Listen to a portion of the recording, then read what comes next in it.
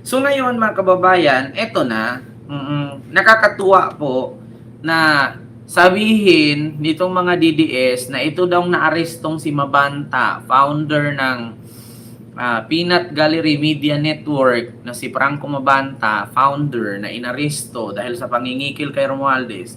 Kaibigan daw ito ni PBBM. Eto na tayo.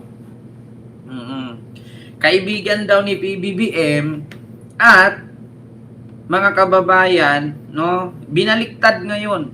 Binaliktad po mga kababayan ng mga DDS na ito daw si Mabanta na nangingikil or extortion, kaibigan ni PBBM. Kasi may mga video nga naman mga kababayan na nag-birthday itong si Mabanta ay imbitado not only for BBM, marami po, no? Mga kababayan, actually kung ikaw ba naman negosyante, bilyonaryo, edi siyempre kaya mo mag-imbita ng presidente ng mga politiko. Bakit? Mali ba? Masama ba ang mag-imbita? Hindi naman kasi nagkataon na habang nag-imbita itong si Mabanta kay PBBM at kay First Lady Lisa noong birthday ni Mabanta, ay yun siya, yung time na yun ay gumawa ng krimen. Hindi pa naman siya nakagawa ng krimen, ngayon lang. Ngayon mga kababayan, ipinaliwanag ito ni Jose Claire Castro. Kasi ang sabi, ito daw si Mabanta na naaresto na founder ng BGMN, kaibigan ni PBBM na isang extortionist, no? Isang nangingikil. So ngayon mga kababayan, ipakita ko sa inyo at iparinig ko sa inyo yung sagot ng palasyo. Ito po mga kababayan, wait lang. Kaibigan daw kasi ito ni PBBM. Ito. Ito yung sagot mga kababayan ng action po ang palasyo sa pagkakaaresto kay Franco Mabanta. Baka may reaction po ang palasyo dun sa pagkakaaresto kay Franco Mabanta. PGMN founder, kaugnay dito po sa extortion case sa dating speaker. Ang nais naman po ng Pangulo sa lahat ng pagkakataon, managot ang dapat na managot. Kung meron po silang dapat na panagutan, kung meron po silang ginawang krimen, dapat lamang po nilang itong panagutan. Pero definitely, kailangan po ng due process sa lahat ng bagay. Follow up po, kilala po ba siya ng kilala po ba siya ng Pangulo dahil sinasabing may papel daw tong si Mabanta dun sa online political campaigns noon na sumusuporta kay Pangulong Marcos? Hindi po siya kaibigan ng Pangulo, pero siguro mas nanaisip ko po kung ito po ang inyong itatanong dahil ito po ay mismong pinost ni Franco Mabanta. Ayan, si Digo. Baka ito po ang itanong nyo kung ano po ang relasyon niya sa mga Duterte. Ayan. Sa pool. Diba? Nandiyan pa nga po si Harry Roque. Ayan. Narinig nyo mga kababayan. Ito kasing mga DDS, noong hindi pa naaresto itong si Mabanta, kaibigan nila, kasamahan nila, magaling ang tingin nila. Noong naaresto na, ang hilig mag-twist, itong mga Duterte at mga DDS. Ang hilig mag-twist at ngayon ibinaliktad na kaibigan daw ito ni PBBM kasi extortionist na kasi naaresto na. Hugas kamay na sila, sinuka na nila. Ngayon mga kababayan, hindi nila iniisip na bago man inimbita si PBBM doon at si First Lady Lisa sa birthday ni Marco Mabanta o ni Franco Mabanta, 2018 pa lang, kasama na ni Digong, ni Harry Roque, ni Sara Duterte, itong si Franco Mabanta. Tuta na ito ni Duterte, 2018 pa lang. Ngayon mga kababayan, napahiya, no? Napahiya ang mga DDS. Kaya nga sabi ni Jose Claire Castro, kung itanong nyo naman yan sa akin, mas mabuti sigurong itanong nyo rin kung kaano-ano at anong relasyon ni Franco Mabanta sa mga Duterte. Kasi take note mga kababayan, sino ba ang naging unang presidente? Si PBBM o si Digong? Si Digong. Ito pong mga picture na to mga kababayan, panahon po yan na si Digong ay presidente at ito si Sara ay mayor pa lang at that time. So ibig sabihin, kung meron man tayong dapat itanong, kung kaibigan ba ni PBBM si Franco Mabanta, sige sabihin natin magkakilala sila, kaibigan sila, given na yon. Pero sino po ba ang unang naging kaibigan? Si PBBM o si Digong? Ngayon pag sabihin natin na si Digong ay kamakailan lang na kaibigan ni Franco Mabanta, malakas pa si Digong dyan. Ibig sabihin, matagal na yan. Di ba? Ang lakas-lakas pa ni Digong dyan, mga kababayan. At si Sara dito, virgin pa. Ngayon, wang-wang na. O, kita nyo naman, mga kababayan.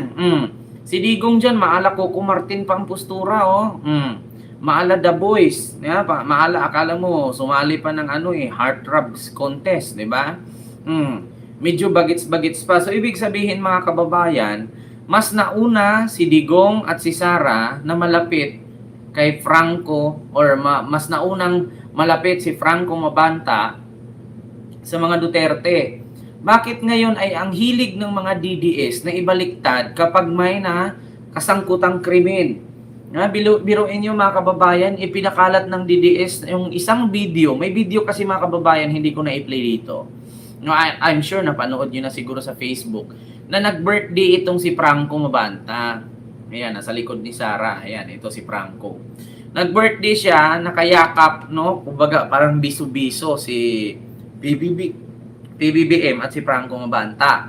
At meron pa nga picture na kumakalat na magkatabi sila sa upuan, si First Lady Lisa, si PBBM at si Franco Mabanta. Ngayon, ibinaliktad ng mga DDS na ito daw si Franco ay kaibigan ni PBBM na isang extortionist at isang scammer. Hindi nila iniisip, mga kababayan, na may mga pictures, may mga video at resibo na mas naunang nakilala ng mga Duterte. Kaya ngayon, sabi ni Jose Claire Castro, bakit hindi niyo subukang tanungin kung anong koneksyon ni Franco Mabanta sa mga Duterte? Mas nauna po, no? Mas nauna po si Digong, si Sara nakilala ni Franco bago kay PBBM at kay First Lady Lisa.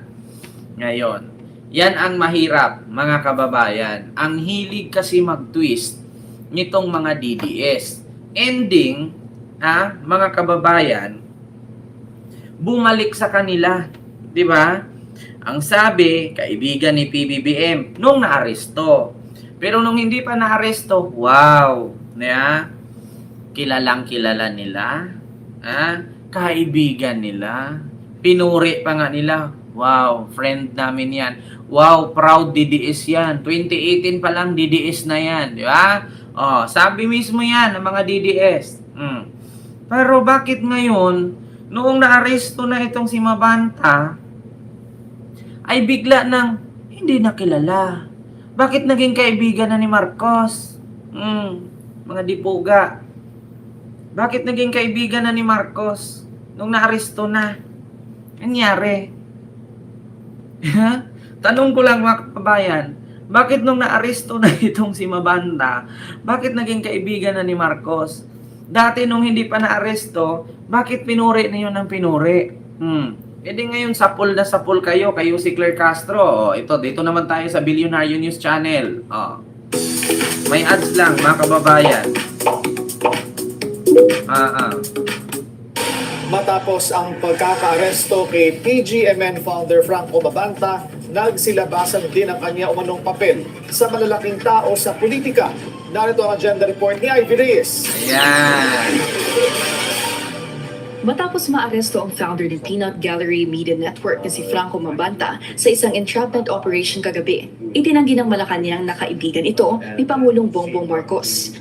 8 years ago, inirepost ni Mabanta ang isang ulat ng politiko at nagpasalamat sa team ni PBBM sa pag-welcome sa kanya sa campaign team. Sa episode 1 din ng PBBM vlog na may titulong A New Chapter, kita ang pagpupulong ng Pangulo at ni Mabanta sa anyay isang SOCMED meeting. Fast forward, 2026, sa gitna ng hidwaan ng Uniteam Tandem ng 2022 elections, ito ang sagot ng palasyo sa kung sino si Mabanta sa buhay ng Pangulo. Hindi po siya kaibigan ng Pangulo, pero siguro mas nanaisip ko po kung ito po ang inyong itatanong dahil ito po ay mismong pinost ni Franco Mabanta. Baka ito po ang itanong nyo kung ano po ang relasyon niya sa mga Duterte. Dated December 20, 2021 ang ipinakita mga litrato ni Palace Press Officer Claire Castro. Pero bukod sa mag-abang Duterte, nasa Christmas post din ang first couple maging si former Chief Presidential Legal Counsel Juan Ponce Enrile at Duterte ally Attorney Harry Roque. Pahayag ng Malacanang sa pagkahuli ni Mabanta, dapat may due process sa lahat ng bagay at dapat lang managot ang may pananagutan sa anumang pagkakasala. Opisyal namang pahayag ni Mabanta at ng PGMN, this was a setup and they are innocent. Para sa agenda, Ivy Reyes, Dulinar News. Ngayon mga kababayan, sabi ko nga sa inyo, isa yan sa mga rason na ayaw ko talagang dumikit sa mga politician. Di ba? Sinabi ko nga sa inyo, isa yan sa mga rason na ayaw ko talagang magkaroon ng picture tapos kumakalat sa social media. Kasi pagdating ang araw, no, pagdating ng panahon, pag nagkaroon ng krimen yung isang tao, dawit ka. Anong sabi ko sa inyo, mga kababayan? Isa sa rason yan na ayaw ko talagang maglabas ng mga picture na kasama ko si ganito, kasama ko si ganyan. 'Di ba? Kasi nga mga kababayan, madadawit ka. Pagdating ng panahon, may krimen ka, madadawit pa yung ka-picture mo. Tapos pagdating ng panahon, yung ka-picture mo may krimen, madadawit ka pa, 'di ba? 'Di ba? Tingkita niyo mga kababayan, advance kasi ako mag-isip. Kaya nga sabi ko mga kababayan, yan ang mahirap talaga. Yan ang mahirap, tignan niyo. Nangyari ngayon kay Mabanta na kadikit siya kay PBBM. Ang sabi agad, kaibigan ni PBBM. Paano naman yung picture nila, ni Sara at ni Digong? So, ang sabihin natin, hindi sila magkaibigan dun, pero may picture sila. Parang si Madriaga. May picture si Sara at si Madriaga. Ang sabi, hindi kilala. Diba? Parang ganun lang naman yan eh. Itong si Mabanta, may video or picture kasama si PBBM. Sabi agad nila, kaibigan. Bakit si Ramil Madriaga at si Sara may picture? Ang sabi niyo, hindi magkakilala. 'Di ba? Ganun lang naman ka-simple yan eh. Si Mabanta, nakasama ni PBBM, ang sabi agad kaibigan. Pero si Ramil Madriaga, nakasama ni Sara, ang sabi niyo, hindi kilala. Ano ba talaga? 'Di ba? Ito ang sakit ng mga DDS. Yeah? Ito yung sakit ng mga DDS. Noong lumabas si Madriaga, kasama si Sara, ang sabi nila, hindi totoo yan, hindi kilala yan, hindi magkaibigan yan. Tapos ngayon, nung lumabas si Mabanta na may picture kasama si PBBM or video, ang sabi agad, kaibigan daw. So, kung itinanggi ninyo, mga kaibigan, mga kababayan, na magkakilala si Madriaga at si Sara, so, karapatan din naman po sigurong itanggi ni PBBM na hindi magkakilala. No? Si Mabanta at si PBBM. Bakit? Kapag dating kay Sara, may rason kayo, pagdating kay BBM, wala.